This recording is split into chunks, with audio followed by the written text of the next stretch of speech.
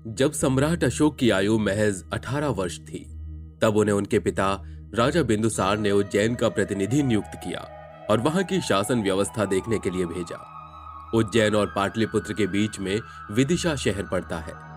जब सम्राट अशोक विदिशा से गुजर रहे थे, तब उनकी नजर एक बहुत ही सुंदर और सुशील कन्या पर पड़ी। सेनापति, ये जगह कितनी प्यारी है। मुझे यहाँ काफी सुकून महसूस हो रहा है।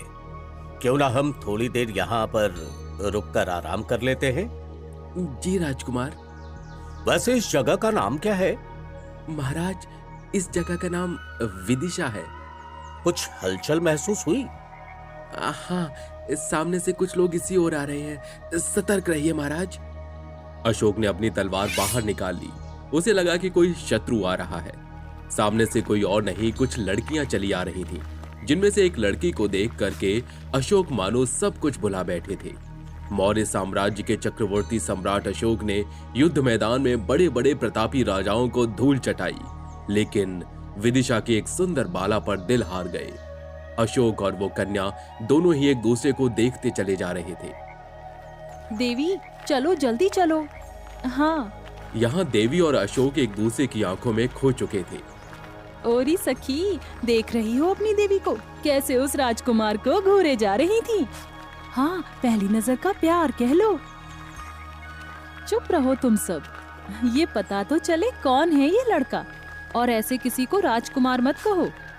अरे लग रहा था कितना अच्छा कद और कितना ठोस शरीर। ऐसे तो बस राजकुमार ही होते हैं। चलो चलते हैं। क्यों, बस देख चुकी या और देखना है? आंखों में बसा लिया है। लड़कियां वहां से चली जाती हैं। सेनापति, पता करो ये लड़की कौन है, इसके पिता कौन है? जी राजकुमार जी, मैंने ये स्थिति देखकर पहले ही गुप्तचर को भेज दिया था। अच्छा महाराज, देवी किसी उच्च कुल की व्यापारी की बेटी है जो कि शाक्य वंशी है। अच्छा, हाँ महाराज, जाओ देवी के माता पिता को संदेश दे दो कि हम उससे विवाह करना चाहते हैं। इसके बाद अशोक सेनापति के साथ देवी के घर पहुंचे। प्रणाम। खुश रहो बेटा, और कहो क्या करते हो? दिखने में तो तुम किसी राजा के बेटे लगते हो। हमारे घर पधारे, बहुत महान हैं आप। जी, मैं मौर्य वंश के राजा बिंदुसार का पुत्र हूँ अशोक। जी महाराज, बताइए।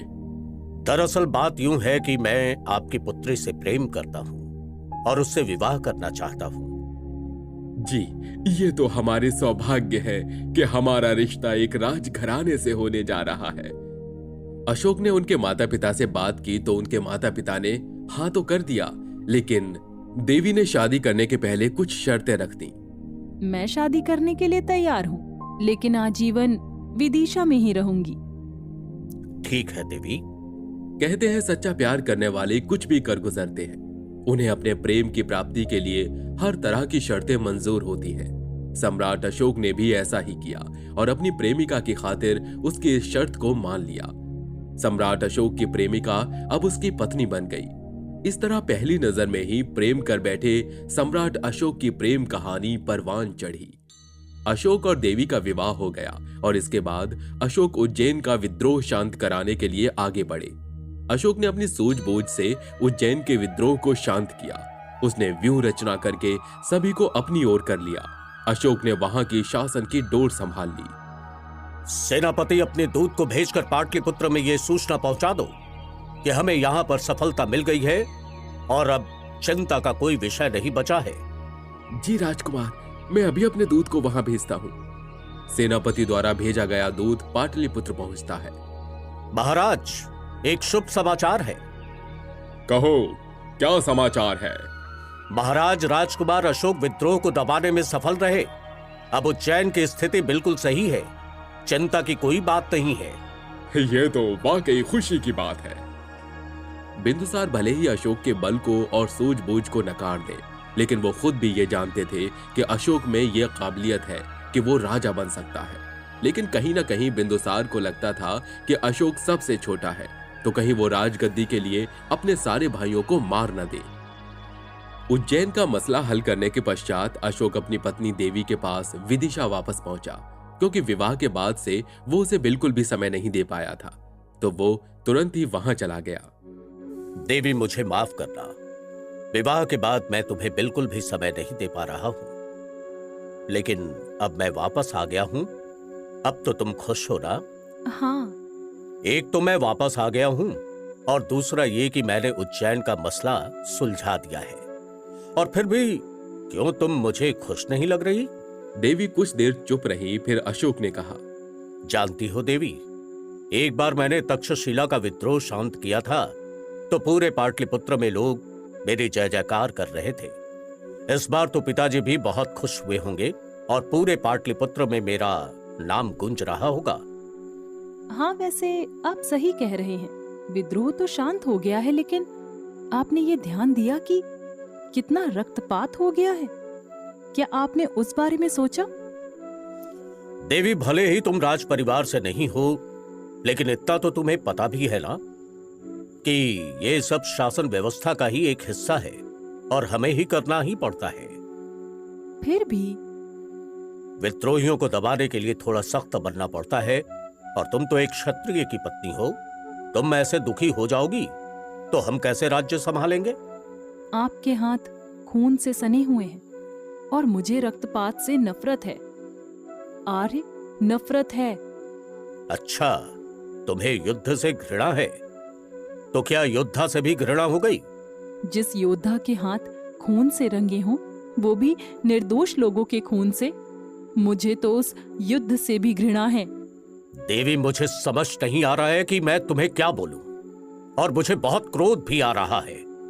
तुम्हें पता है एक राजा का क्या कर्तव्य होता है? कि उसकी प्रजा हमेशा खुश रहे। कभी कभी दुश्मनों से लड़ने के लिए और अपने राज्य विस्तार के लिए ऐसे युद्ध करने पड़ जाते हैं, और हमें इसकी शिक्षा मिलती है। हमें इसके लिए तैयार किया जाता है। भला ये कौन सा अच्छा काम है कि आप किसी की हत्या कर दो? तुम बौद्ध धर्म के अनुयायी हो, इसीलिए तुम इस तरह की बातें कर रही हो। पर देवी, मैं बौद्ध नहीं हूं, मैं तो क्षत्रिय हूं, और शासन और प्रजा की देखभाल करने के लिए यह सब करना मेरा कर्तव्य है। पर मुझे ये नहीं पसंद है। ये युद्ध और ये रक्तपात अब सब सामान्य ही है। भगवान बुद्ध ने अहिंसा को परम धर्म बताया है। अहिंसा में परम शांति है। मुझे पता है देवी, तुम्हें ये बात बुरी लगेगी, लेकिन आवश्यकता पड़ने पर मेरा रक्त बहाना भी एक धर्म है। इस धर्म को मुझे ही निभाना है। देवी यहाँ पर तो चुप हो गई, लेकिन उसने मन ही मन ठान लिया था कि वो अशोक को समझा कर ही रहेगी। क्या देवी की वजह से अशोक बौद्ध धर्म अपना लेगा?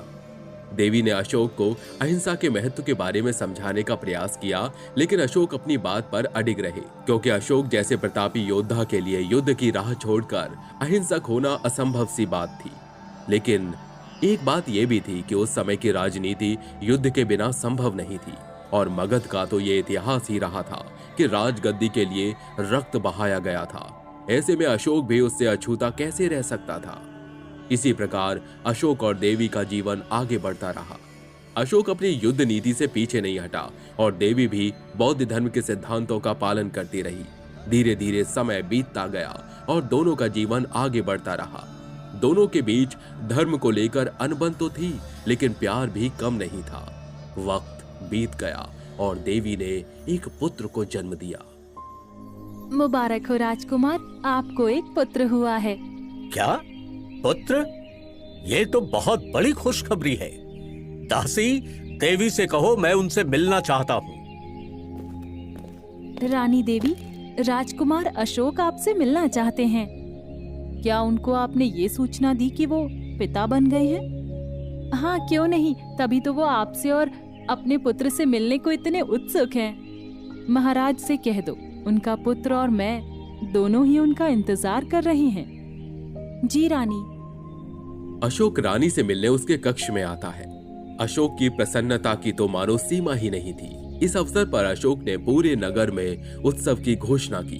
देवी और अशोक दोनों ही अपनी पहली संतान को लेकर बहुत उत्साहित थे। आइए स्वामी, मिलिए हमारे नए मेहमान से। कितना तेज है मेरे पुत्र के चेहरे पे। हो भी क्यों ना, आने वाले मौर्य साम्राज्य का उत्तराधिकारी जो है। क्या मतलब? कुछ नहीं देवी, तुम पुत्र को देखो, देखो कैसे हंस रहा है। जन्म से तेजवान प्रतीत होता है। देवी ने अपने पुत्र को देखते हुए अशोक से कहा, स्वामी, मैं चाहती हूँ हमारी पहली संतान का नाम आप रखें। हमारे क्षत्रिय राजकुमार का नाम भी क्षत्रियों के जैसा ही होगा। इसका नाम होगा महेंद्र। मन ही मन देवी सोच रही थी कि मैं अपने पुत्र को राज्य जीतने वाला नहीं, बल्कि दिलों को जीतने वाला बनाना चाहती हूँ। ये बड़े होकर बौद्ध धर्म को फैलाएगा। देवी की देख रेख और प्यार के साथ महेंद्र बड़ा होने लगा। महेंद्र को देवी बचपन से ही सीख दे रही थी और महेंद्र भी देवी के संस्कारों में ढलता जा रहा था। मेरा राजा बेटा कितना प्यारा है। बड़े होकर माँ का नाम रोशन करेगा, सभी से प्रेम करेगा। कुछ वर्षों बाद देवी ने एक पुत्री को जन्म दिया। अशोक इस बार भी पहले की तरह ही उत्साहित अपनी बेटी को पाकर बहुत खुश था। महेंद्र, इधर आओ पुत्र, ये देखो तुम्हारी बहन। अशोक अपनी पुत्री का कोई नाम रखता उससे पहले ही देवी ने पुत्री का नाम रखने की इच्छा जताई। महाराज, मैं अपनी पुत्री का नाम रखना चाहती हूँ। हाँ, क्यों नहीं। हमारी पुत्री का नाम संघमित्रा होगा। ये कैसा नाम है देवी, एक क्षत्रिय कन्या का बौद्ध नाम। मैं उसकी माँ जो बौद्ध धर्म की खुद ही अनुयायी है, मेरी पुत्री का नाम बौद्ध क्यों नहीं हो सकता? तुम सही कहती हो विदिशा।